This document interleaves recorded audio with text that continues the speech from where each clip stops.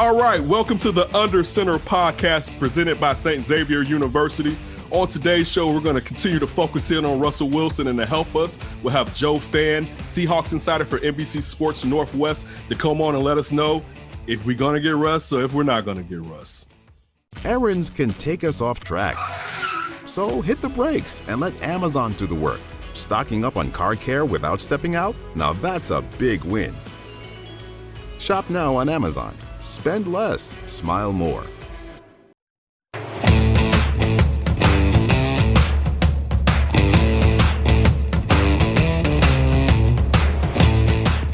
Welcome to the Under Center podcast presented by St. Xavier University.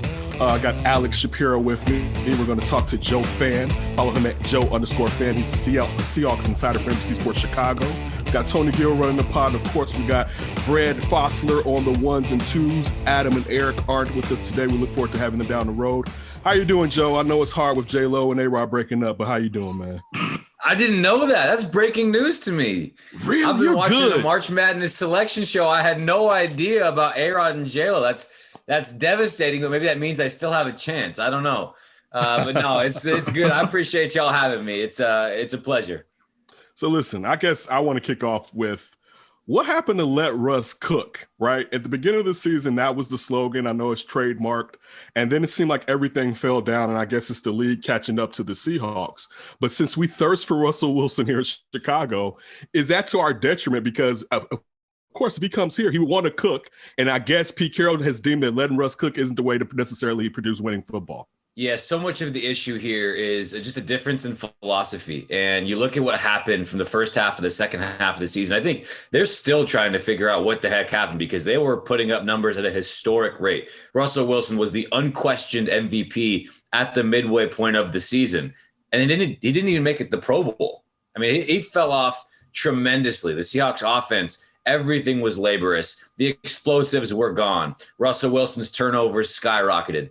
Everything just completely fell out of whack. And so, and you saw it most notably in that wild card round loss to the Rams, where they really got embarrassed at home as a 12-4 division winner. An embarrassing and really inexcusable performance from them, and particularly from the offense. You know, you say Russell Wilson regressed, his pass protection regressed.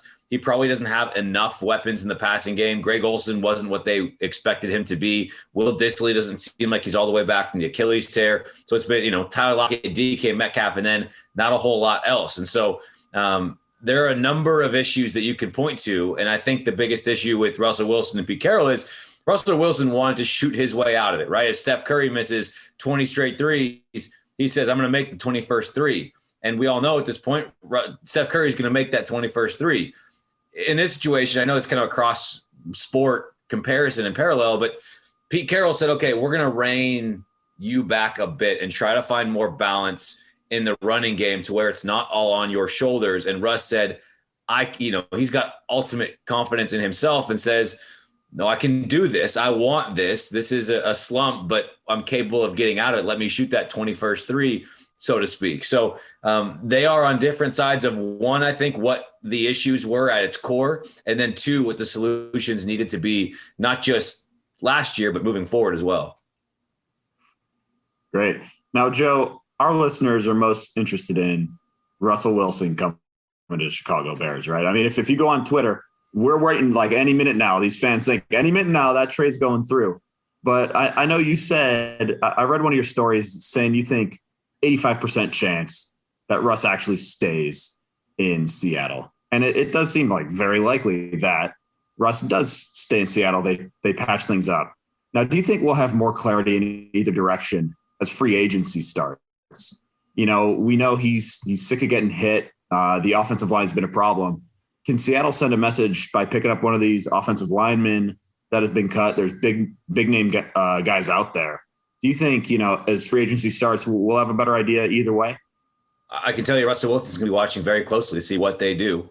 To me, it's funny how different markets react to it, because you're telling me in Chicago about what the vibe is and what everyone on Twitter thinks is about to happen. And there's so much of the Seahawks fan base that's so sick of us talking about this at all. And they think it's just this media creation that has been blown out of proportion. And I think when you hear that Okay, I say it's 85% that he's going to be back and not traded this offseason. That doesn't make it a non-story. Anytime your franchise player, your best player in franchise history, is publicly frustrated with the organization to a degree he's never been before, there's an issue and there's a fracture that exists between Russell Wilson and Pete Carroll. It's been something that's been growing over time, several years now. And so my big thing is I don't think a trade happens because I don't think any team, Chicago included, can put together a package that would make it worthwhile for Seattle to admit that their championship window is fully closed and the era of Russell Wilson, Pete Carroll, and John Schneider is over. But then not only that, you're eating $39 million in dead cap space.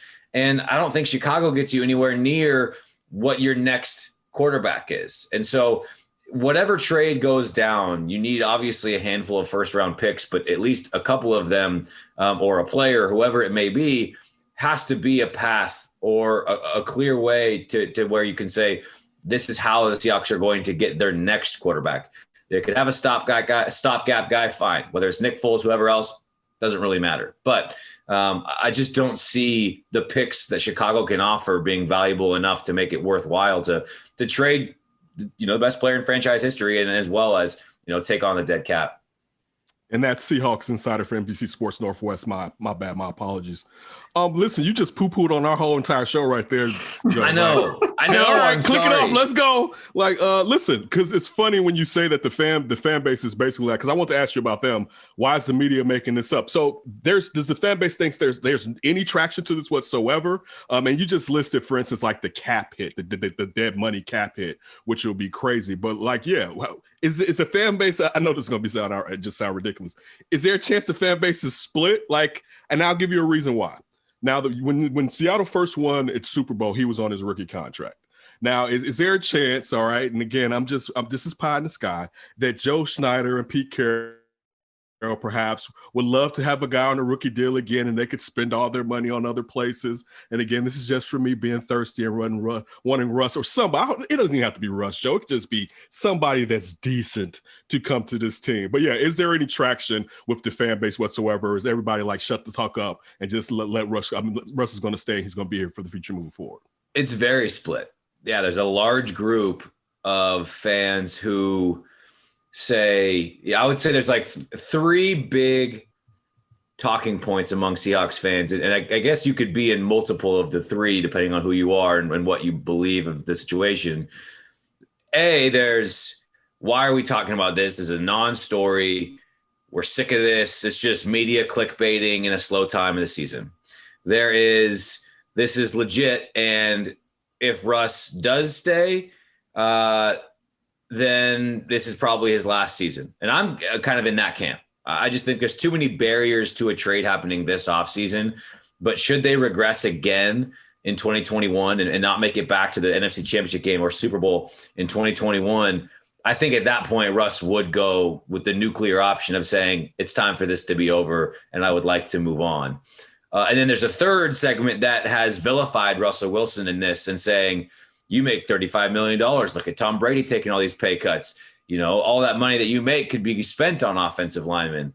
You know what? He wants out. Fine. Trade him. That's it. We're done with him. Let's wash our hands, move on, whatever. He's complaining. He's Pete Carroll, he got to cook last year. Seahawks are one of those pass happy teams in football.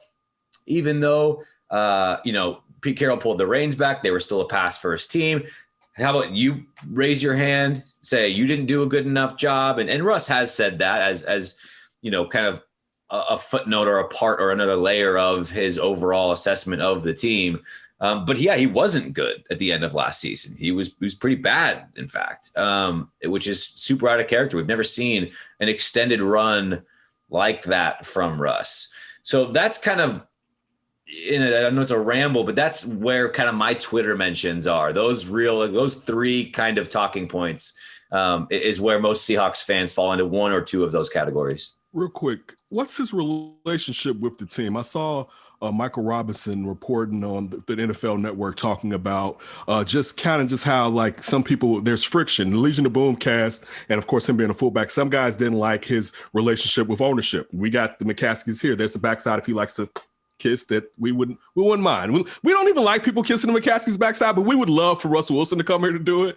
But getting back to the question, what's his relationship with the team and Pete Carroll? And in that relationship with Pete Carroll, when Russell Wilson, they got him out of the third round, how has it changed from him being that third round quarterback to this guy that was the front runner for MVP this last season before the second half started?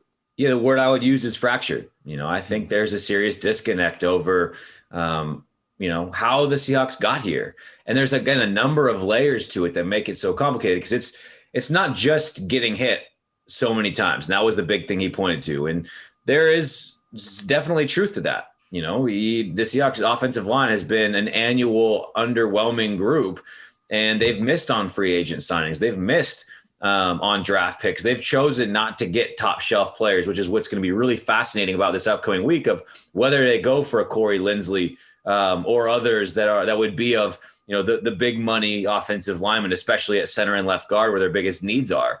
But again, it's power. The Athletic had the story of him sort of getting laughed out of a room when he was bringing up different ideas of things he wanted to try. It's philosophy. It's all of these different things where I think to him, he views himself as potentially one of the greatest quarterbacks of all time. And I think he still believes he's viewed, and I'm sure the Seahawks would disagree with this vehemently, that he's still the third round pick out of Wisconsin, underdog, Cinderella story type player. And so, I think so much of this has to do with ego and respect. Russ talks a lot about legacy, which is another layer of it. He's trying to be one of the best of all time. And the Seahawks are getting kind of the double-edged sword of this. When you have a player who's so supremely confident in himself, I'd like to think all of us, we're confident individuals. And we believe in ourselves. I don't wake up every morning and say, I'm going to be the greatest reporter in the history of reporters. It's just like the dude is wired different. He's able to compartmentalize different things in a really bizarre way. I mean, it's savant-ish, if you will, because like during the season, and there's just so many layers to this. I feel like I'm just rambling, but it's all relevant. Every single minute, quite literally every minute of his schedule during the season, now not on vacation, but during the season, is regimented, and his agent and other people around him will know, like, here's Russ's itinerary for the day. And he's doing this from this to this time. He's doing prehab, rehab, treatment, practice, workout, this promotional thing, that charity event. And it's just like boom, boom, boom, boom, boom. And he's able to do it. And he likes to have all of that going on. So he's talked about wanting to play till he's 45 and be considered one of the greatest of all time. And right now he's on a trajectory to be in the Hall of Fame, but he ain't Tom Brady. And he's nowhere close. He hasn't been back to an NFC Championship game since 2014, and he had to sit in that box. And we all saw how miserable he looked sitting next to Sierra and Roger Goodell at Raymond James Stadium, watching Tom Brady get hit just twice, wasn't sacked, and won his 7th Super Bowl. And so all of these things are going through Russell Wilson's mind to where it's not an accident. It's not random that the day after that, all of this starts to come out, and Russ is now being more proactive about his future, his legacy, his power, his voice, all of that is just kind of crescendoing into what has become this huge thing to where now we're about it on NBC Sports Chicago about Bears fans potentially feeling like they've got a chance, which sounds insane, but yet here we are, Russell Wilson potentially on the move. So like you said, you're in this camp where you think he could move next year. Maybe not this year, unlikely, lots of barriers, but if things continue on this downward trajectory, he could go next season.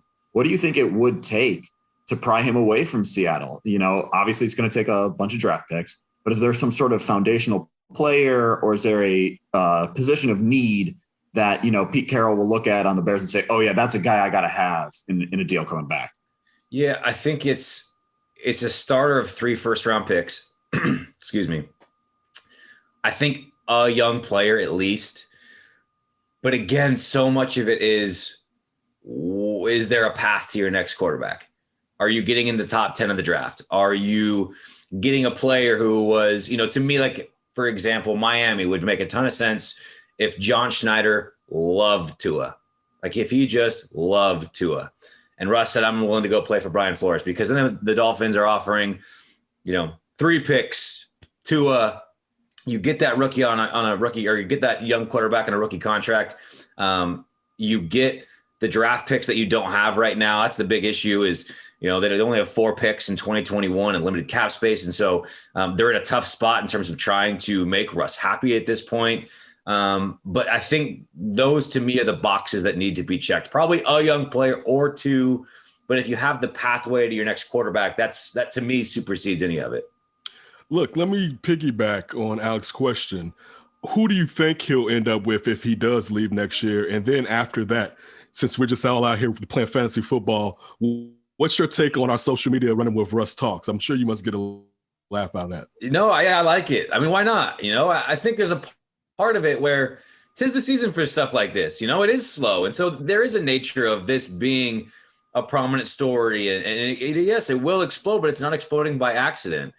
I don't know, to be honest with you. I think here's the issue with Russ, too, is that this ain't a grass ain't always greener sort of situation because you're on a team currently that's good, not great. And the floor is very high because you're there. And any team you're on, the floor is going to be pretty high. But he's on a team right now that is good, not great, but is cap strained with limited draft capital.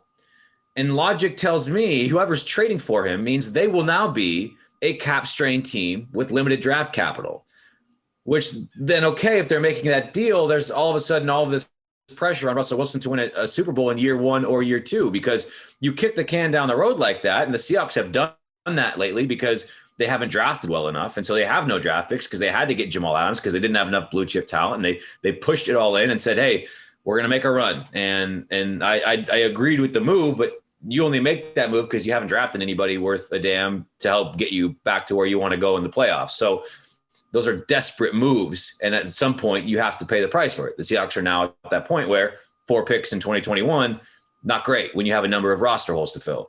So at some point, at least logic tells me in my head, whatever team trades for us will at some point be in that situation. So then Russ is saying, I want a new offensive line. And they say, well, we have no first round picks for the next 3 years. And, your contract's real expensive and we can't afford any of the guys you want. So I just see that, again, so it's just, what is Russ's priorities? Is it power? Is it voice? Is it seat at the table? Is it the ability to call the shots and pull all the strings offensively, a la a Patrick Mahomes? That's a big part of it. He thinks he's Patrick Mahomes. Pete Carroll says, you're really, really good. You're not Patrick Mahomes. So that's what makes this so challenging. And there's so many different layers to it for me. If only you had drafted Budda Baker, you wouldn't have to go and spend all those draft picks on Jamal Adams. 2017, that draft is mind-bogglingly terrible from Seattle's standpoint. I mean, and I wrote on this recently. 6 draft picks in the first 3 rounds, and you come away with Shaquille Griffin. Shaquille Griffin, home run of the draft pick. That's it. You could have Mitch Trubisky and Adam Shaheen instead. And we're not, switch it up. And we're not talking like what's been so bad for the Seahawks. It's not like they haven't gotten like round value. We're like, all right, this guy's probably not a first round pick or a second round pick, but like he's serviceable. He's a player. He's a rotational piece. It's guys who like flat out were just complete busts, like not in the league anymore. And it's just insane from that standpoint. So yeah, the Seahawks are in a world of hurt. I think to me, logic says that the Russell Wilson, the Seahawks, best case for all sides and best solution for all sides is just figure it out, because I think they all need each other. I think ego has gotten in the way a lot. I think there needs to be some accountability and concession on all sides, because I just think, I look at Chicago as a talented team, but they trade all their resources away for Russ. Are they guaranteed to win a Super Bowl next year? I mean, they have to be almost, right? Because at some point, it's all going to catch up with them. So it never does here. It never does here. Look, my last one for you, and it's from you being an outsider looking in here in Chicago. One, what do you expect the Bears are going to do as far as this quarterback situation? Will they go after someone in free agency or perhaps the draft? And then the flip side, what would you do if you were running the Bears in this type of situation? It's a good question. I think I just have blinders on for this guy. It's just, I love Jameis. I would love to see Jameis. To me, he's like the best stopgap you can have. Like, he's electric. He's going to put up numbers. You hope that his ceiling is so much higher than other guys you're going to find in free agency, in my opinion. I think anytime you can get a rookie quarterback that you're in love with, that's always going to be the best option. But as y'all know, in Chicago, it's a huge risk. And if you're wrong, there's a price to pay for that too. So it's the biggest question that faces every general manager without a quarterback is who's going to be the quarterback, because until you have an answer at that spot, it doesn't make whatever else is kind of immaterial. And I think the Niners are a great comparison where you have to be so good across the board without an elite quarterback play. I mean, the Niners were last year. I mean, they were all three levels of the defense. Their offensive line was fantastic. The number of running backs they had to produce, Kyle Shanahan being the great equalizer of what he's capable of doing just with his mind alone. And I think Jimmy Garoppolo is fine. He's serviceable. You can do much better. You can do much worse. But if you don't have one of those top guys, the rest of your team has to just be so elite. And that's hard to build. And it's hard to sustain. So I guess it's a long way of answering that I don't know. But if you fall in love with the rookie in this year's class, you have to do everything in your power to go try and get him. To me, veteran options are always going to be a challenge because, Russell Wilson would be amazing in Chicago. He's one of the best quarterbacks of all time. But the price to get him is just so insane that if there is another option to get a player that you also covet and love, maybe you can do that as well, instead. So I think the rookie option is always the preferred route if you can hit on one. And then one more for me, just because, we've been talking about rebuilding and, can the Bears win a Super Bowl next year? But then thinking from the Seahawks perspective, the Rams are obviously great. They took care of the Seahawks in the playoffs. The Cardinals are making their move. They got one of the best young quarterbacks in the league. They got DeAndre Hopkins now, and now adding JJ Watt. They seem to be kind of making a play in the division as well. Is there any sense or any rumblings that maybe the best thing for the Seahawks to do is maybe kick off this rebuild a little early if Russell Wilson's value, might be at his absolute highest right now? There are definitely fans that would say that. And it's an insanely tough division that's only getting better. And you look at it again, the Seahawks are a good team, but they're kind of in this middle ground of being good, not great. And how do you get great with limited draft capital, no first, no third round pick, and minimal cap space? That's the challenge. And so that would be a huge concession or admittance from John Schneider and Pete Carroll. And I don't think they're ready to do that. I think for them, they're still a piece or two away, and they won 12 games last year, and you have a new offensive coordinator. And I don't think that sort of real conversation is going to happen at Seahawks headquarters this offseason. But yes, there is logic behind that move. Again, it all comes down to what the haul is. You can't trade Russell Wilson for anything less than market value, if not more than market value. So just because you say, okay, it'd be better for the team to move him, you still have to get the offer that makes it worth moving him. And it all circles back to why I'm here on your podcast. I just don't know what Chicago offers that says that's an offer you can't refuse, trade him. You're closing the book on that, but you're hoping that with this haul, it's a quick reload process and you're competitive again in short order. I'm not sure that would be the case with a handful of 15 to 25, picks in the first round. I don't know where that gets you.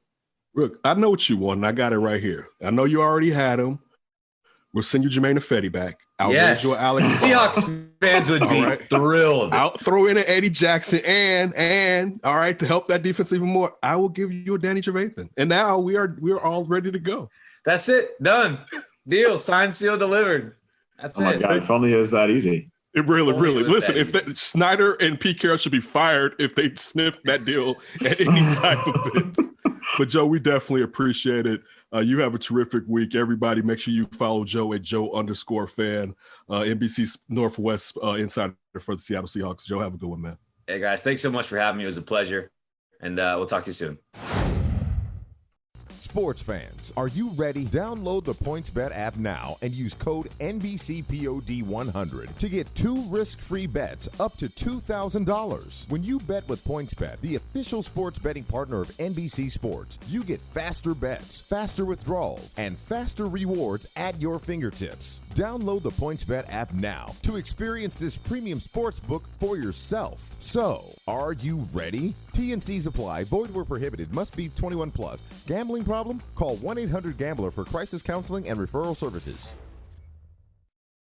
Are you tired of wasting time making trips to the grocery store, waiting in checkout lines, and overpaying for groceries every week? We thought so. Luckily, there's a better way. Misfits Market takes the hassle out of grocery shopping by delivering fresh, organic produce and sustainable groceries straight to your home at prices up to 40% less than traditional grocery stores. You'll get access to exclusive weekly savings on peak season organic produce, high-quality meats and seafood, and sustainably sourced pantry staples like snacks, pasta, and grains, plus keto-friendly and gluten-free foods. Do your weekly shopping in just minutes with Misfits Market, all with no service fees, membership fees, or commitments. Become a free member today and get $15 off your first order through September 30th. Just go to www.misfitsmarket.com and use code GROCERY15. That's promo code GROCERY15 for $15 off your first order. Misfits Market is not available in all 50 states. For more info, visit misfitsmarket.com. So if you guys want to react to anything that he said that, pointed out to you, because it was kind of like a Debbie Downer for. Oh, for sure. It's like a slap in the face. Yeah. It's like, you really want me on here to do this? Hey, you guys really want me to come do this on your show? All right. Camera's on. Hell no. Camera off. Like, basically, hey, listen, Joe was great. I'm not taking it from Joe, but we're over here sipping this Bears Kool-Aid, like, oh yeah, it's going on. And he came in and just sprayed it all. Like, we're not giving him to you guys for trash. Like, you guys got the 20th pick. Who wants what you got? You know what I'm saying? It's just, oh man, dude. I mean, everybody else has been trying too. I mean, Jarrett Payton was like, guys, what's going on? Ian Rappaport's like, guys, come on. Come on. Sportsbook. Bears just like, nah. and Whatever. And that was my thing when this was kind of like picking up steam a bit. It's like he's got a better team where he's at if they make that trade. So it's like the only reason he would do it is because he wants to either change the scenery, the market, and he wants a more say-so into what's going on offensively. But as soon as they sit down and have like a heart-to-heart, all of that is over and done with. And now now the Bears are kind of still hoping on a limb. Like, what's the backup plan? Like, Russ was the plan. I think he named the backup plan, and I don't know if you guys saw that Taysom Hill fake deal that came out today. But I mean, even if the deal is full of voidable years, Jameis Winston can't be happy. All right. And of course, lock your doors if Jameis Winston ends up in Chicago. But I think it's a chance that the Bears may start perusing the Winstonville and start heading that way. Because, man, it's looking real bad. I mean, even with the rookie quarterback thing, like, dude, how much do you have to give up? And I still feel like regardless of what they give up, they're not really going to get the rookie quarterback they want. They're going to get like the fourth guy, right? And then it's going to be like, oh, we got the real flawed fourth quarterback, and we're going to throw him out here as a rookie, because clearly they will probably play the rookie, which is like, whoa, man, Joe just really, really just came out and just all on our fire, to say the least, man. That was bad business if you're a Bears fan.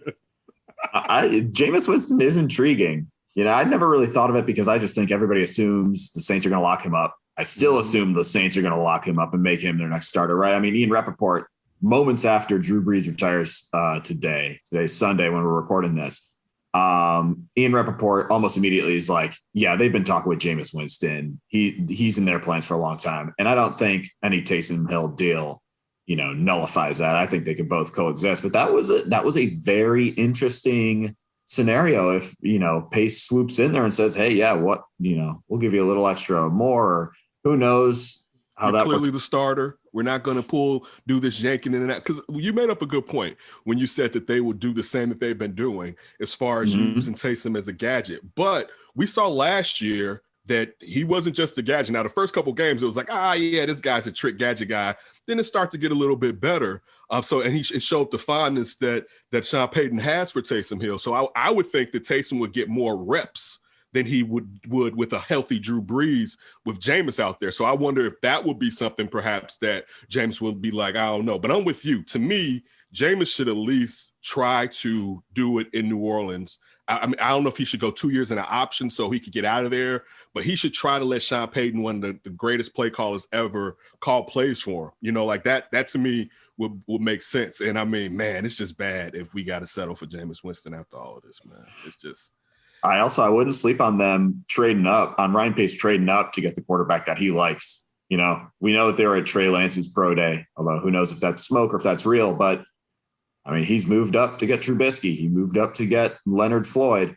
If he sees his guy that he likes and he says, you know, whatever, he's out there, the 10th pick goes by, his guy's still out there. The 12th pick goes by, his guy's still out there.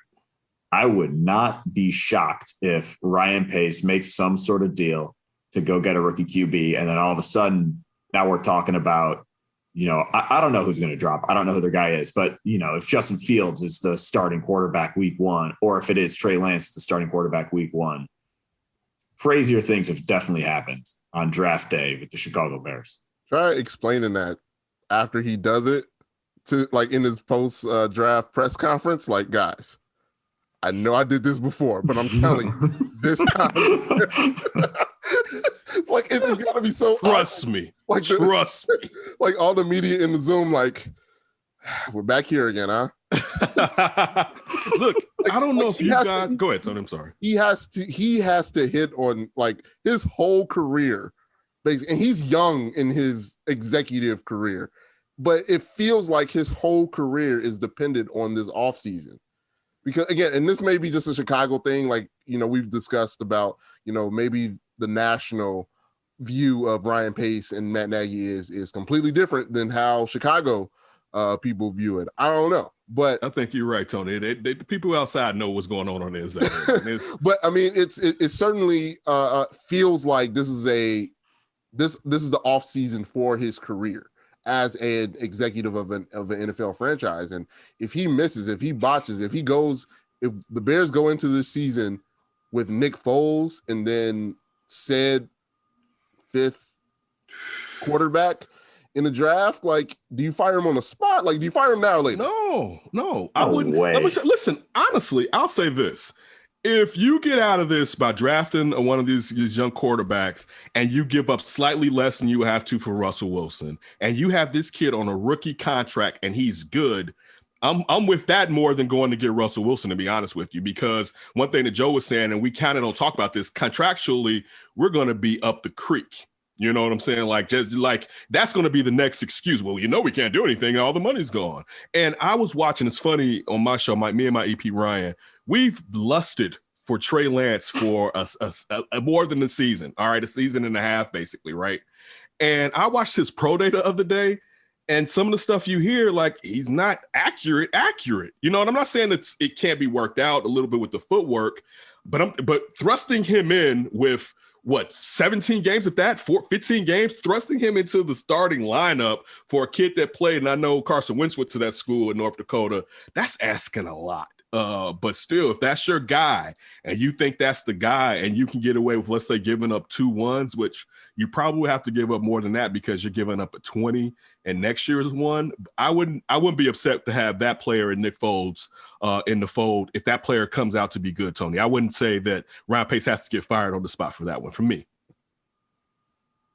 Yeah, no way. You know, because exactly like you said, you know, we got to see how they play. Obviously, he could be a genius. Not a lot of people were touting Patrick Mahomes when he came out of the draft. You know, some people are saying Deshaun Kaiser is really the guy of that draft. And blame me. I'm gonna take my heat. I was a Kaiser guy. I was so wrong, to say the least. I'm a USC guy, so I saw the way he played against USC, and I was like, no, I don't want any part of this. But you know, who knows?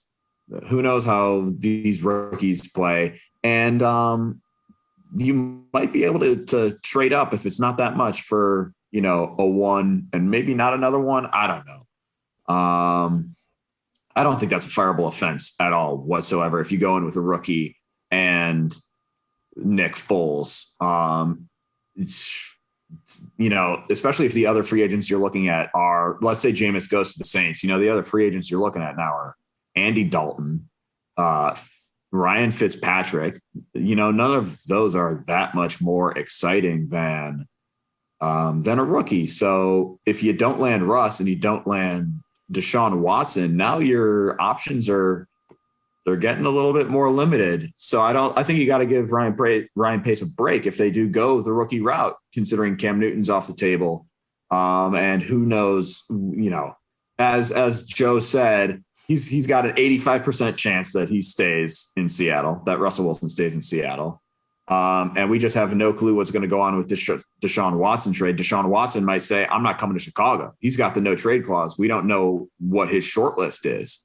If Ryan Pace and the Bears make a trade for Deshaun Watson, he can say, I'm not going.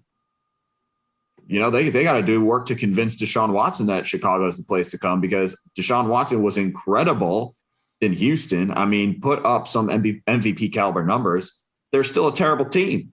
So he could look at Chicago and say, yeah, their offensive line was good for the second half of the season, but Allen Robinson is not happy with the team.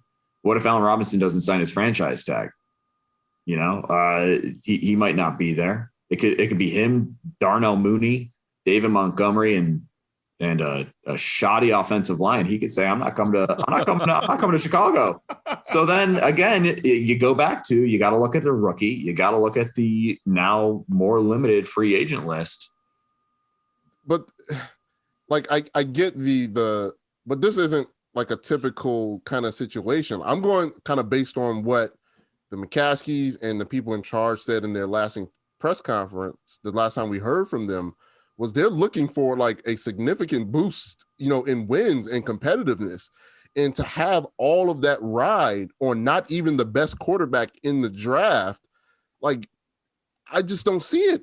Like, it's improbable. Like, it doesn't happen that way. I mean, they can catch lightning in a bottle. Obviously, anything can happen. But to make that bet that, again, not even the best quarterback in the draft, because you don't have enough capital to get him, will get you to a division win or a playoff win, like it just doesn't seem likely. So for me, having that be your option is the worst case scenario in terms of just going in with a rookie and Nick Foles and banking that combination can get you where Bears fans feel comfortable, like, okay, we should be good for the next 5-6 years. I don't, I disagree. I like draft capital. It's sexy to me, and I don't, if you're telling me I can give up maybe this year's 1 and 2 and another one, and I can move up and get a good quarterback and play and still at least have that QB contract for another 4 seasons, to where with a couple of these guys that are already on here, Robert Quinn in another year, perhaps some of these guys, Eddie Jackson in another year. So when when the cap, the dead money isn't as large, you can get rid of those players perhaps, and then fill those slots with younger drafted players that are perhaps good. And you can spend money on free agents to perhaps solidify that offensive line. I don't look at it as a negative because the whole draft, the whole thing from coming from the back of the draft almost, all right, and getting a top 5 QB, that's some real pie in the sky-ish right there. You know what I'm saying? And on top of it, what you would have to give up is so crazy that it sooner or later we're all going to be like, and Tony, you were one of the first people saying this in like year 2 of Khalil Mack as we were having lunch. Hey, would you redo that Khalil Mack trade now? Is that Khalil? Wait, they jumped out the gun too early, right? They shouldn't have went and got Khalil Mack, right? And you were the person saying that. Mm-hmm. And it's basically the same thing we're about to do. We're about to have Jay Cutler there again. And some years down the line, and both of those guys are better than Jay Cutler, we're still going to be like, man, but we couldn't get there because of said X. So again, if you don't have to pay through the nose, which you still are because you're moving up in the draft, if you don't have to pay through the nose, I would prefer to do that because it gives you financial flexibility. And you're not getting one of these guys. Just like Houston is going to sit there and try to have Deshaun Watson sit out and he's going to get traded during the year. I think is what's going to happen. That's just my opinion. But I think he's going to sit out and they're going to see how far he goes. And by week 5, perhaps they'll be like, you know what? We're going to get the first draft pick and get a quarterback this year anyway. We may as well get a whole ton of picks and flip this whole thing over. That's how I think it's going to end with that player and that team, because I think both of them are staring at each other at a duel. Yeah, that makes sense. That could happen. It's funny. So I have this trash talk thread with a bunch of buddies. It's like an NFC North trash talk thread because we got Bears guys. We've got a couple of Packers guys, even a Lions guy. I know you had a Lions guy. I knew that was coming. Yeah. And Vikings fans. And the last game against the Bears and the Vikings that the Bears pulled out and won. I remember my buddies were super pissed. Like, oh my, I can't believe we lost to you. You guys are terrible, blah, blah, blah, this, that, and the other thing. I'm like, you know what? You be happy you lost because now you're going to have the better draft pick and the Bears are going to make the playoffs and they're probably going to lose. And sure enough, what happened? The Bears won the game. They were awful in the playoff game and now they can't do anything, or people don't expect them to do something with this number 20 pick, because this number 20 overall pick, it's not going to get people a quarterback. Like Joe said, again, you know, these other teams see this number 20 pick. They say, okay, what am I going to do with that? I'm not getting a quarterback with that. Or they might have hamstrung themselves by again, just being mediocre. This mediocrity circle is so tough when you're 8-8 and you're making the playoffs and you're not doing anything. Are you really good enough to go and win a Super Bowl? It's so hard to win a Super Bowl. Are you really that close to winning a Super Bowl? Who knows? But you're also not bad enough to go get those impact players, you know, where maybe, I don't know, if the Bears lose a couple more of those close games, maybe they are a lot more likely to make a big trade. It's tough to root for losses. And, you know, I never do that. I'm never going to say, yeah, you should be rooting for your team to lose or. Yeah, no, dude, they did not need to go on that win streak towards the end. Because look, that really messed up our draft. Because you could be the Bulls. You could be the Bulls about it, right? We're all hoping for the Bulls to tank and for the Bulls to be terrible. And where are the Bulls now? Also still not very good after all that tanking and all that drafting.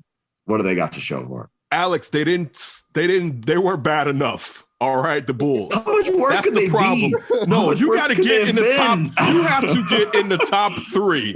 All right, and like they were sitting there trying to act like, yeah, we're trying to be bad, but we're still trying to like win a couple games. No. Sink it all to the bottom is what you have to do. Get all in that stank. Yeah, let the snake permeate all over you. The Bears sat there after that. No, they lost 6 games. We knew they were trash. All right. Anybody looking for moral victories over that instead of looking to next year being like, you know what? Just keep losing. Listen, if George McCaskey wants to talk about self-reflection, he needs to reflect on not walking down to that locker room and saying, I want every scrub on this team on that field the next 5 games so we can do what we need to do and try to get this quarterback. Because if you would have had pick 11, we could have, you know what type of dancing we could have done in this draft moving around for a quarterback if they would have gotten to pick 11. But no, they want to prove that they could be one of the teams that could get victories after 6 losses when we knew the season was kaput. And on top of that, while I'm ranting, the first 6 games were 5 or 6 games were some of the most stressful victories I've ever been a part of in my life. All right. It was, my God, so hard. It was like I was in some type of crash simulator, you know, basically. That's how those games were. Oh no, they should have stunk the joint up, because then you wouldn't have to listen. If the Bears had a number 11 pick, you can start talking a little bit to Russell Wilson's team, Seattle, and to Deshaun Watson's Texans, because you can be like, listen, I got a number 11, I got a number 1 next year. Like it sounds sexy. You'd be like, yeah, it's like I'm coming to the card game and people are pulling out like chains and stuff, and I pull out a shoe and slap it on the table like, oh, that's what I got. It's like there's no value in that. Get your shoe out of here. Like, no. It's true. And I agree. I think everybody, like, to bring back the shoe, I think everybody was waiting for that other shoe to drop, right? We all remember the Lions were a dropped touchdown away from winning in their first matchup. It took Tom Brady forgetting what down it was, the Bears to beat the Super Bowl champion Buccaneers. So, yeah, I mean, there were a lot of close calls, and, it might have been a fake 5-1. It was obviously a fake 5-1. Definitely a fake. The fakest 5-1 that's ever won 5-1. It was terrible. And we were sitting there, and I said, it's funny, on our text thread, I got into it with one of our guys. I was like, man, the Bears are still going to probably make the playoffs because they started off so hot. And a couple people was like, it's no way. I'm like, listen, numbers wise, it's still a really good chance they make the playoffs. And these fools made the playoffs.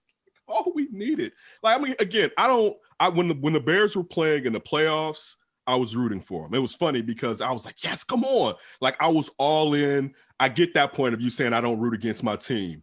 But when you're in a situation that the relationship looks so bad between me and this team, because particularly one position, and what you usually have to do to get a better player at that position is be bad.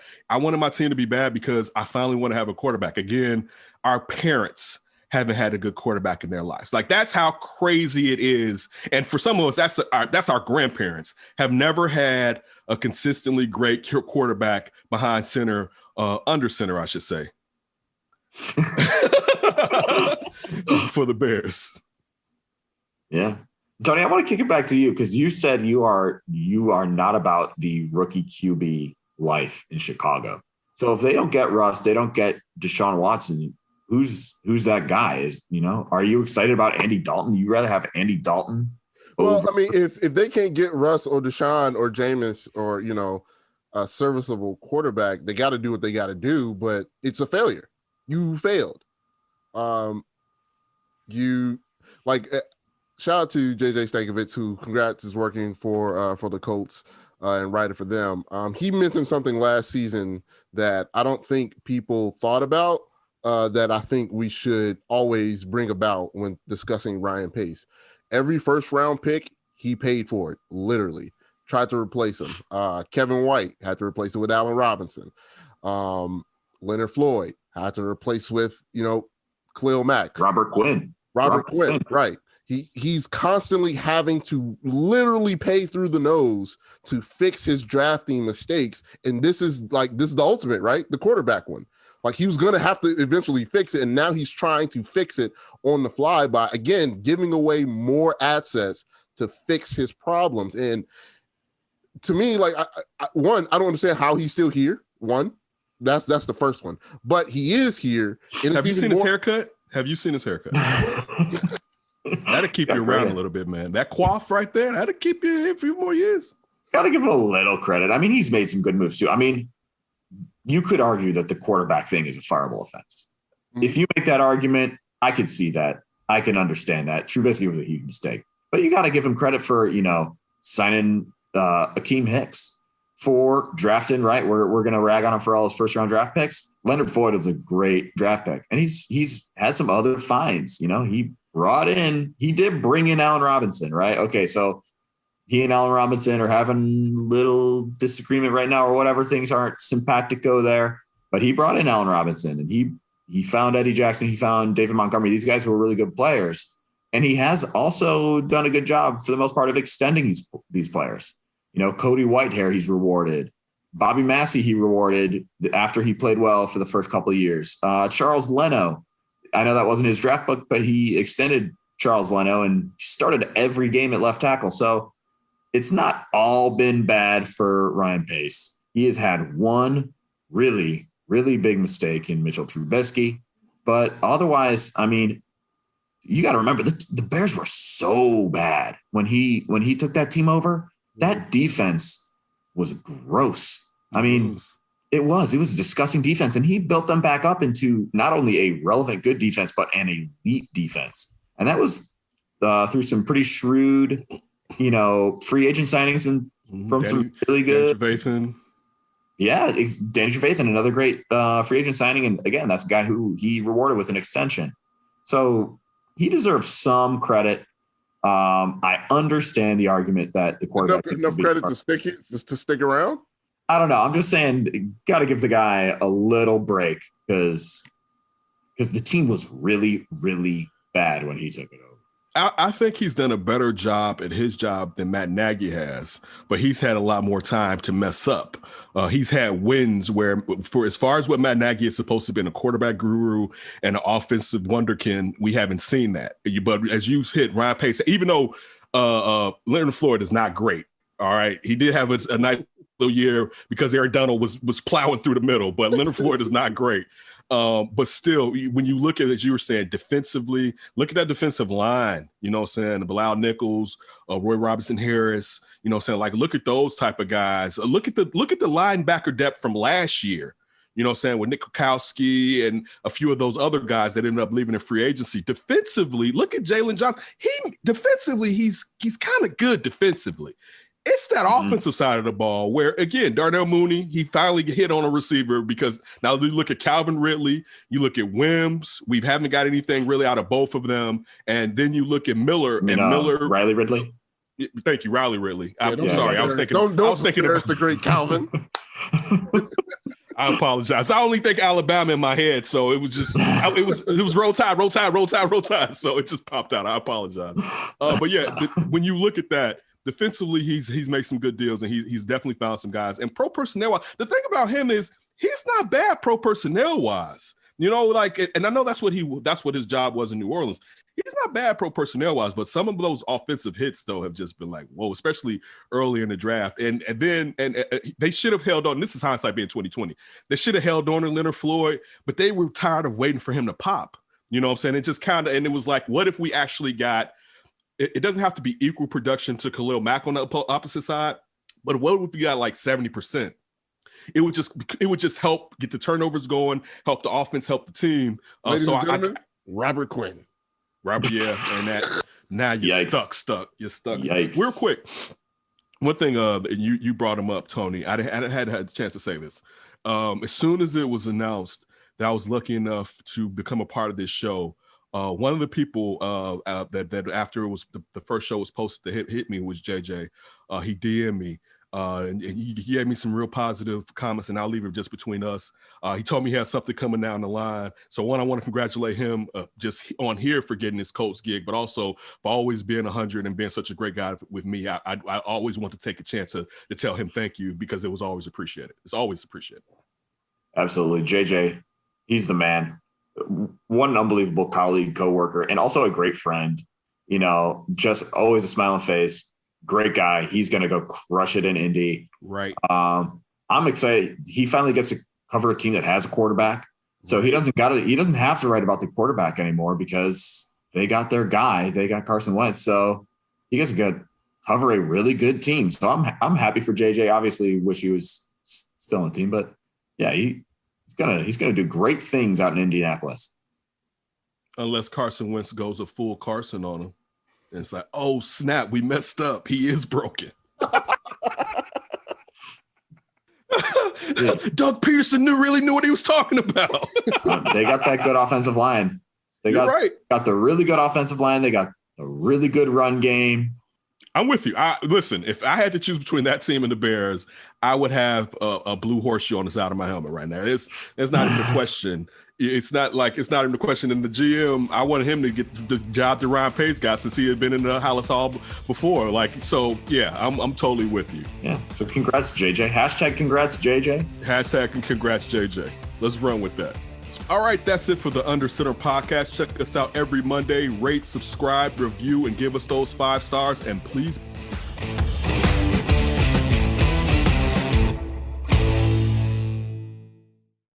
It's a new day, and it's coming at you fast. With Comcast Business, you'll have what you need to take on every twist and turn, like the flexibility to control multiple Wi-Fi networks from anywhere, a cybersecurity solution to help protect all your connected devices, and the power of the nation's largest gig speed network, all supported by a dedicated team available 24/7. Every day in business is a big day. Comcast Business will keep you ready for what's next. Comcast Business, powering possibilities.